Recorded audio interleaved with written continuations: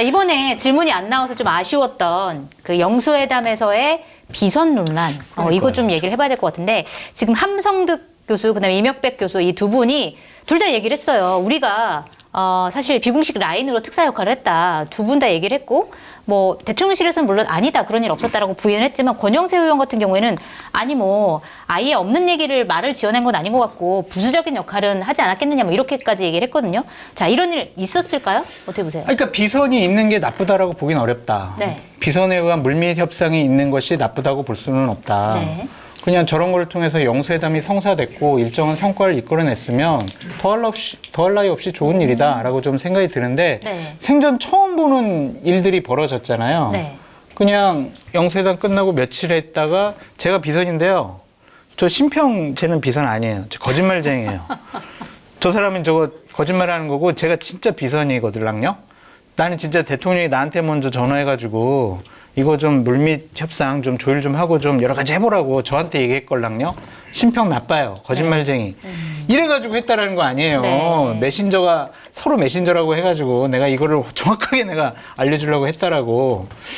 나 비선이라고 먼저 자백을 하고 자랑스럽게 떠벌리는 거는 한 번도 못 봤다. 처음 본 것 같아요. 그러니까 네. 나중에 회고록에는 밝혀지는데. 막 몇십 년이 지나서 네. 그때 그랬었다는 이게 가능하지만. 저는 레임덕의 하나. 태어난 뒤로 처음 본 거죠. 네. 태어나기 전에 있었어요. 뭐 5, 60년 된 있었나 그러면? 몰라. 아, 그건 모르겠구나.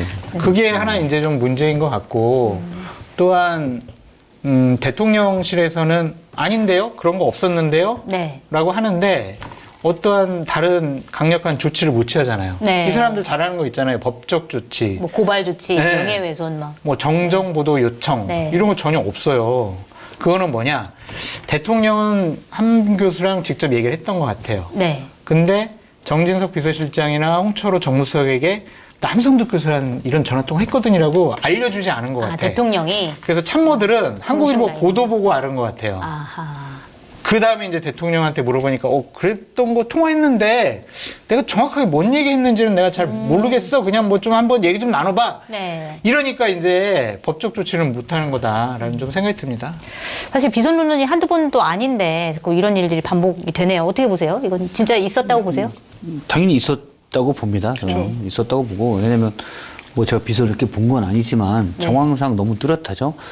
기본적으로 대통령실에서 부인을 할 거면 구체적 사실관계를 부인하면 돼요. 네. 비선 논란이 일어난 거 첫 번째, 한국일보 인터뷰에서 함성득 원장이 말한 첫 번째는 대통령이 전화가 왔다부터 시작이 돼요. 네. 전화가 와서 뭐 잘 하고 싶은데 이렇게 얘기했더니 전화한 적이 없다. 그럼 끝나는 겁니다. 네. 그럼 사실관계가 그냥 부인되고 함성득 원장이 얘기한 건 그냥 다 거짓말이 돼버려요. 그걸 부인 안 하잖아요. 이 뻔한 걸. 네. 그래서 이거는 부인할 수 없는 사실들이 있다라고 생각이 되고, 그러면 거기에서 뭐 비선이 있을 수 있어요. 있을 수 있고 뭐 도움이 됐다면, 저도 장수영님 말로 도움이 됐다면 뭐 괜찮다고 생각을 해요. 그런데 정말 치명적인 문제가 드러났죠. 뭡니까? 그 취임새 아주 좋아요.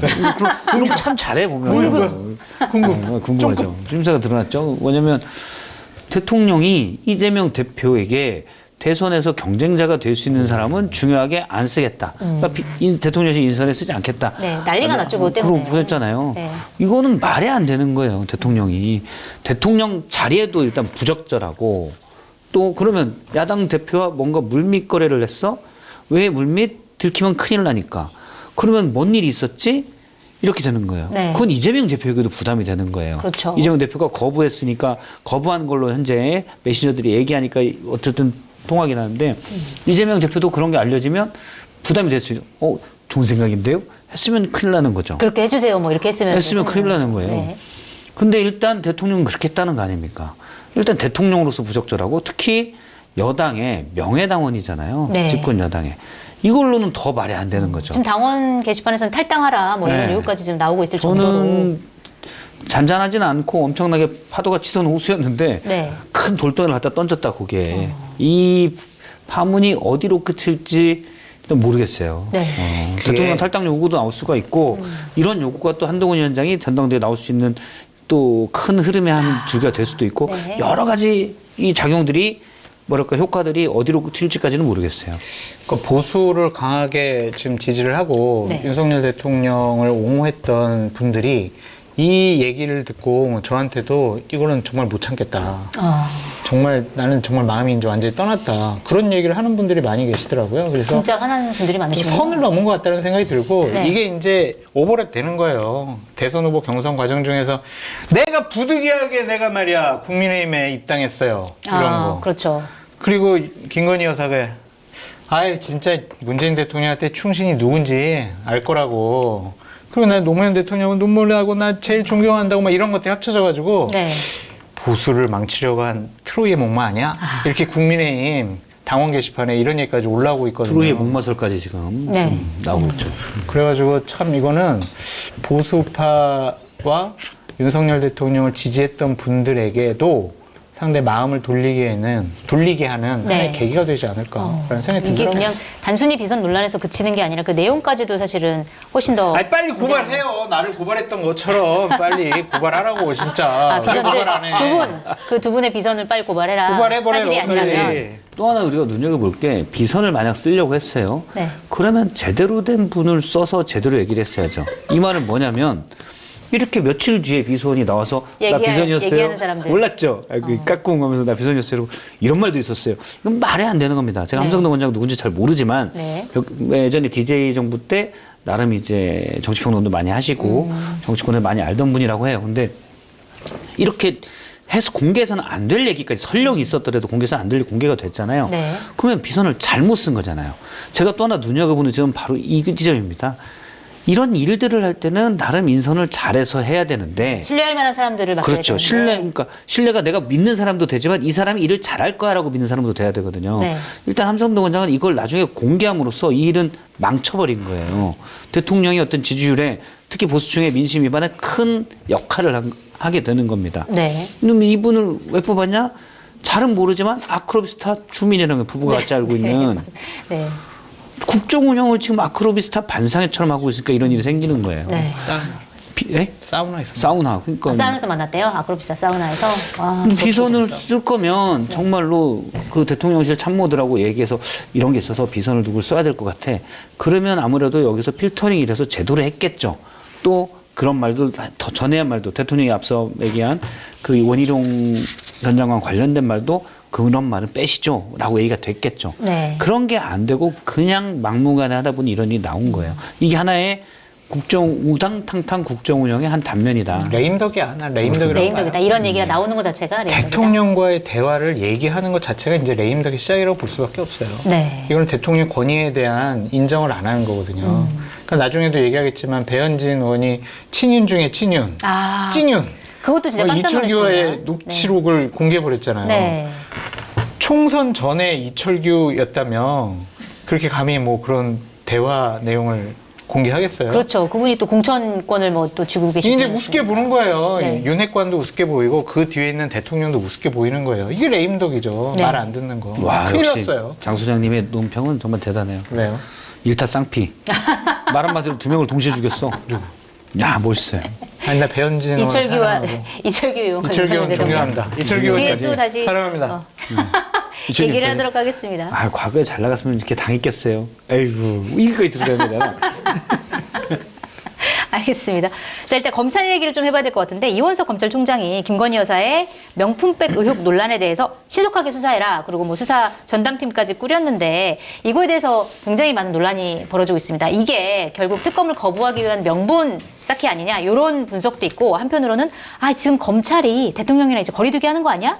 이제 이거는 결별용 아니야 대통령과의 이런 해석이 나오는데 어떻게 보세요? 결국에는 면죄부를 줄 거예요. 이 검찰 조사로 인해서. 아, 왜냐하면 청탁금지법에 의해서 처벌할 수 있는 근거 규정이 없기 때문에 아니 뭐 문제는 있지만 법적으로 처벌할 수가 없습니다. 뭐 이렇게 될 것 같은데 우리가 여기서 눈여겨봐야 될 건 두 가지예요. 김건희 여사를 먼저 통영 바다장어 탕입니다.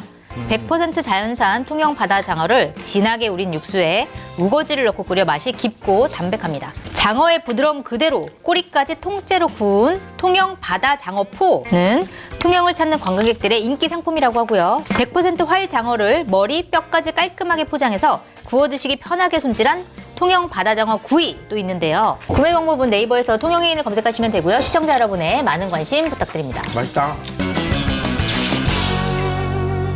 우리가 여기서 눈여겨봐야 될 건 두 가지예요. 김건희 여사를 대면 조사하는 거냐 안 하는 거냐. 네. 서면 조사로 끝날 거냐. 네. 아니면 검찰청으로 불러서 조사할 근데 거냐. 부르는 것도 비공개로 부르냐 아니면 공개로 부르냐 공개로 또 부르냐. 아니면은 있잖아요. 제3지역에서 그냥 서로 만나느냐. 출장 조사를 할 거냐. 네. 이걸 봐야 될 것 같고요. 또 하나는 대통령에 대한 조사나 수사가 될 거냐. 이것도 봐야 돼요. 아까 그렇죠. 박성태 시장님 얘기했듯이 이거는 배우자인 윤석열 대통령은 김영란법에 저촉되는 부분이 있거든요. 그렇죠. 언제 알았느냐, 어떻게 네. 처리했느냐. 대통령님 이거 언제 알았어요? 어떻게 처리했어요? 오늘 기자들이 안 물어봤잖아. 그러니까 검찰이 조사해야지. 이 두 그렇죠, 가지 상황을 네. 우리가 눈여겨봐야 한다. 어. 근데 검찰 조사로는 김건희 여사를 처벌할 수 있는 규정은 없다. 하지만 그럼 그 두 개를 만약에 검찰이 한다고 하면 네. 실제로 윤석열 대통령과의 결별 수순으로까지 간다 이렇게 해석할 수 있는 거예요? 결벌이라기보다는 네. 검찰로서는 자기가 할 일을 하고 존재 가치를 증명하고 이원석 검찰총장은 임기가 얼마 안 남았기 때문에 네.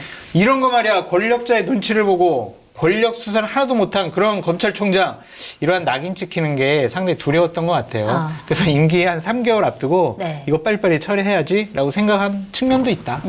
알겠습니다. 제가 여러 여권 관계자들에게 물어보니까 네. 이거는 협의는 안 된 것 같아요. 그냥 이원석 총장이 네. 이원석 총장이든 송경호 중앙지검장이든 그냥 밀고 들어간 거다. 아, 대통령이랑 상의 없이. 네, 그러니까 네. 주례보고 때 나왔던 얘기잖아요. 네. 그거를 그냥 밀고 간 거다. 그리고 보면 정황상 맞는 게 대통령이랑 상의할 그 중간 단계의 사람이 없어요. 네. 민정수석이 없기 때문에. 민정수석도 없었고 네. 공직기강 비서관은 이시원 공직기강 비서관은 그 유재용 법무관리관에 전화한 것 때문에 네. 얼마 전에 또 옷을 벗었거든요. 네. 물론 그 전에 이게 있었지만 그거를 상의할 만한 상황은 아니었다는 게 여권 관계자들의 증언이에요. 그렇군요. 네, 그런데 어차피 대통령실이나 이쪽의 분위기는 제가 보건대는 특검 나오는데 그래 해라 이 자식들아. 뭐 이거 제 특검 얘기도 나오는데 요 느낌. 왜냐하면 작년 말인가 연초인가에 원래 여사 소환 조사의 필요성을 피력했다가 검찰에서 네. 대통령실에 그 얘기 들었어요. 난리가 났댔잖아요. 네네. 그건 뭐 거의 사실인데. 근데 지금은 다시 같은 건데 반응이 없는 건 그래 뭐 굳이 특검 얘기도 있는데 니네가 먼저 해주는 것도 괜찮다. 뭐 요런 느낌으로 저는 이해를 하고 있어요. 네. 근데 이게 물론 여사에 대해서는 기소할 수가 없기 때문에 처벌 조항이 없어요. 그래서 불기소할 거고. 근데 둑이 무너진 건 점점 이제 커질 겁니다. 일단 여사의 서면 조사, 소환 조사 얘기 가지고 좀 뉴스에 나오고 대통령도 이건 당연히 조사가 필요한 부분이에요. 왜냐하면 대통령이 법 위반이 되거든요. 네. 소속기관의 장에게 이거를 금품을 받은지 받아서 지체 없이 소속기관의 장에 신고해야 돼요. 네. 그러면 지금 논란이 되고 대통령의 소속기관의 장은 과연 그러니까. 누구냐? 그 누구예요? 일각에서는 대통령 본인이라는 얘기도 있고 네. 그럼 거울 보고 저희 와이프가 디올백을 받았으면 신고합니다. 접수. 이렇게 했으면 상관이 없는데 CCTV로 찍어놓지 않으면 아니면 이제 대통령이기 때문에 비서실장이 소속기관의 장이 될 수 있다. 네. 근데 그것도 좀 아, 안 비서실장. 맞잖아요. 그러니까 왜냐하면 지금 대통령 본인이 김영란법에 저촉되는 상황은 처음 있는 일이에요. 네. 그래서 이 부분은 좀 안 맞는데 그러니까 어쨌든 서면으로 남기긴 했어야 되는 거 아니에요? 어떤 신고는 경우든. 뭐 일단 말이라도 했으면 인정될지 모르겠지만 그럴 가능성은 없죠. 네. 그래서 제가 오늘 누구에게 여권 관계자에게 아니 기록관에 있다는 거 아니에요? 대통령 기록관에 하고 진짜 그렇게 생각하냐 했더니 나중에라도 갖다 놓지 않았을까? 뭐 이렇게 얘기를 하더라고요. 그러니까 대통령 기록관에 없을 거라는 건 많은 사람들이 추정하잖아요. 네. 예, 그러면 여사가 그렇게 자유롭게 받았을까라는 이거 디올백 기록관에 올리겠는데 그래서 받았을 일은 없을 거 아니에요. 파우치는 이 파우치는 기록관을 빛내줄 것 같아. 이건 아니었을 것 같아요. 네. 그래서 그런데 어쨌든 검찰이 엄정하게 수사하려면 당연히 대통령에게 왜냐하면 대통령에게 형사처벌이 될 수 있기 때문에 3천만 원 이하 벌금, 3년 이하 징역이에요. 형사소추는 안 되지만 재임 기간이 끝나면 네. 해당될 수 있습니다. 그럼.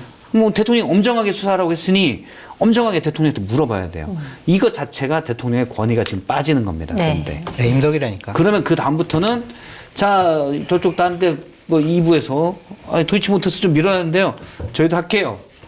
이런 것들이 이제 막 나옵니다. 아, 조금씩 그걸 이제 시작으로 해서 여러 그렇죠. 것들이 쭉 나올 수 있다. 수사는 생물이어서 수사도 어떻게 어디로 튈지 몰라요. 그러니까 송채만 의원님 생각해 보세요. 네. 우리가 1월, 2월 달까지만 해도 김건희 여사 잠깐만요. 모자이크 처리. 이거 목소리면 가리가셨죠? 줘. 뭐 이랬잖아요. 네. 근데 지금 안 이제는 가리시네. 이제는 그냥 막 김건희 여사 말이에요 하면서 막 얘기하잖아요. 네. 이게 하여튼 이것도 레임덕이라고 봐야 되겠죠. 네. 확실히 느껴지네요. 장성철 소장님의 태도 변화. 통해서 레임덕이 아니, 왜 나한테 또 뭐라 해 또. 그러니까 이런 분위기도 검사들 내부에서도 옛날에는 여사가 금기시됐다가 지금은 잠깐만 다들 하는데 나도 할 거 없나? 귀쫑긋 여사 관련 문제. 네.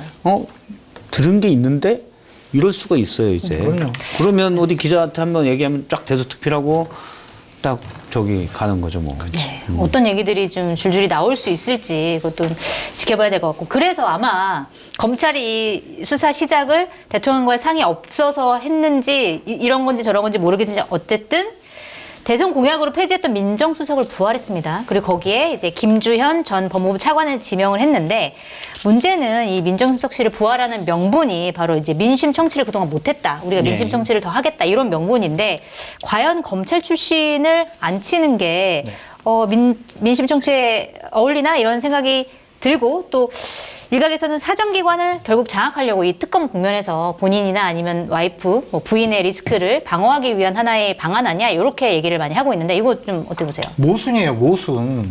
모순이다. 네. 네. 소리 없는 아우성. 네. 뜨거운 아이스 아메리카노. 뭐 이런 거랑 똑같은 것 같아요. 역설. 그러니까 네. 예, 별로 설득력이 있지가 않아요. 네.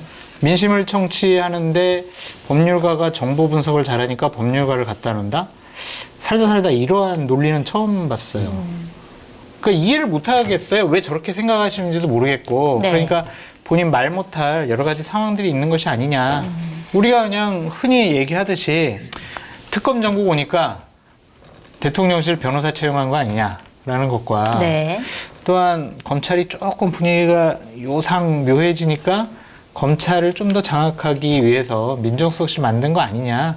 그렇게 볼 수밖에 없지. 네. 민심청취하려면 시민소통수석도 있고 정무수석실도 있고 국정상황실도 공적이고. 있고 다 네. 그런데 왜 갑자기 민정수석을 해요. 이해가 안 돼요 이거는. 네. 그러니까 대통령이 사실과 다른 얘기를 하시는 것이 아니냐 그런 생각이 듭니다. 네. 대통령이 전략적이지 않다는 건 제가 여러 번 얘기했잖아요. 그 머리를 써서 요리조리 빠져나갈까? 이걸 잘 못해요. 주판 하나를 못 튕긴다. 네. 휘두를 뿐이다. 던진다. 예, 네. 그렇죠. 근데 대통령이 이번에 민정수석을 소개하면서 민정수석이 사정용 아니냐라고 얘기했을 때 한 말이 있어요. 거기서 네. 저도 처음 듣는 용어가 나옵니다. 앞서 이제 소장님이 잘 얘기하셨는데 민심 정보라는 표현을 써요. 아, 민심 정보? 네. 왜 그러냐면 민심을 듣는데 왜 검사냐? 아, 검사가 필요해. 왜 검사가 필요해? 민심이 하나의 정보니까. 정보기 때문에 해외 각 정보를 다루는 기관들도 보통 법률가가 해. 그래서 우리도 검사가 필요해. 이 논리로 갑니다. 아, 그래서 만드는 게 딱 민심 정보라는 단어를 써요. 민심이 어떻게 0과 1의 디지털입니까? 그거 자체가 민심은 말도 안 되는 거죠. 논리고 정보이기보다는 감정이기도 하고 감정이죠. 여러 가지가 복합된 건데. 예. 네. 민심은 그냥 국민정서법이 최고예요. 네. 이거는 100% 아날로그입니다.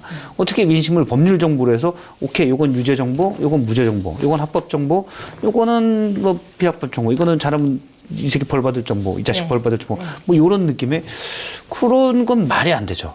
그러니까 억지로 논리를 만들려다 보니 민심을 정보 취급하는 일까지 생긴 거예요. 네. 이건 말이 안 되죠. 일단 그래서 이 논리가 말도 안 되고 결국은 검사가 맞는 거는 역시 앞서 제가 이제 검찰에서 목소리를 낼 거다고 했잖아요. 둑이 터져서 어떻게 될지 모르잖아요. 그걸 컨트롤하기 위해서 이원석 검찰총장이 27기인데 네. 한동훈 장관과 동기거든요. 9기수 선배인 네. 김주현 전 법무부 차관을 놨고 네. 이분은 검찰국장을 또 했었고 인사를 다루는. 네. 근데 사실은 민정수석이 사정기관을 장악한다는 건 다른 게 아니에요. 정확히 말하면 사정기관의 인사를 담당해요. 아. 그러니까 인사검증을 민정수석이 한다고 하지만 네. 다른 다 인사검증도 중요하지만 제일 중요한 게 사실은 민정수석의 제일 중요한 역할은 검찰 인사입니다. 검찰 인사. 원래 총장과 민정수석과 법무부 장관이 협의해서 하는데 누구 말이 이제 윤석열 총장 때는 총장 말이 거의 안 들어갔다고 그래요. 네. 민정에서 그냥 다 내려오고 법무부 장관 통해 다 내려오고 총장이 어차피 최종 권한은 법무부 장관에 있으니 그것 때문에 불만이 되게 많았죠. 되게 윤석열 많았죠. 검찰총장이 당시. 그것 때문에 민정수석도 분위기 없애겠다고 한 거예요. 네. 근데 민정수석에 가겠다면 검찰 내 간부들이 다 요직을 가고 싶어 할 거 아닙니까? 네. 그러면 내가 인사권을 쥐고 있어. 너 나한테 잘 보여야 돼. 이 얘기입니다. 니네 중에 총장 하고 싶은 애들 나한테 잘 보여야 돼. 너 안 되면 연수원을 갈 수 있어. 이런 메시지인 네. 거죠. 네. 그래서 검찰 인사를 담당했던 민정수석을 앉혔는데 제가 보니까 또 하나의 문제가 있더라고요. 어떤 문제인가요? 큰 문제는 아닌데 네. 그 취임생 괜찮긴 한데 제가 좀 머쓱해져요. 너무 그렇게 큰 문제는 아니어서 이번에 이시원 공직개혁 비서관이 나가고 네, 이원모 비서관이었잖아요. 네. 이원모 비서관이 37기인가 그래요. 그래서 네. 중앙지검장보다도 8개 수배, 꽤 후배 기수가 속된 말로 기수가 해려요. 네. 검찰 내부에서. 네.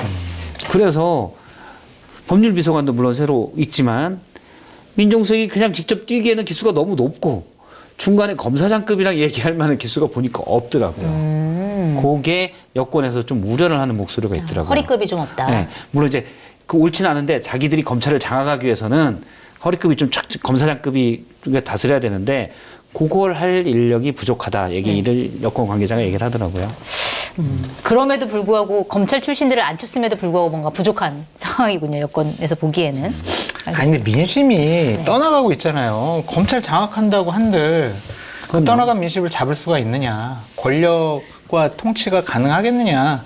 그러니까 지금 급급한 거예요. 막 뚝이 터졌는데 모래 포대로 그냥 이렇게 지금 막으려고 급급한 건데 안 돼요. 제발 민심에 맞는, 국민 눈높이에 맞는 상식적인 합리적인 판단과 결정을 하시면은 네. 민심 다시 돌아올 수 있습니다. 근데 그거는 자꾸 안 하려고 그러는 것 같아요. 그것이 이제 가족들 때문인 것 같기도 하고. 네. 그래서 상당히 이 정부가 윤석열 대통령이 변할 거라고 생각하는 것은 좀 무리가 있어 보인다라는 게 오늘 기자회견의 저의 결론이었습니다. 앞서 이제 장 소장님이 그 얘기 하시잖아요. 배현진 의원이 이철규 의원에게 잘 보기 싶음이 완전 없어졌다. 그 얘기 한번 해보죠.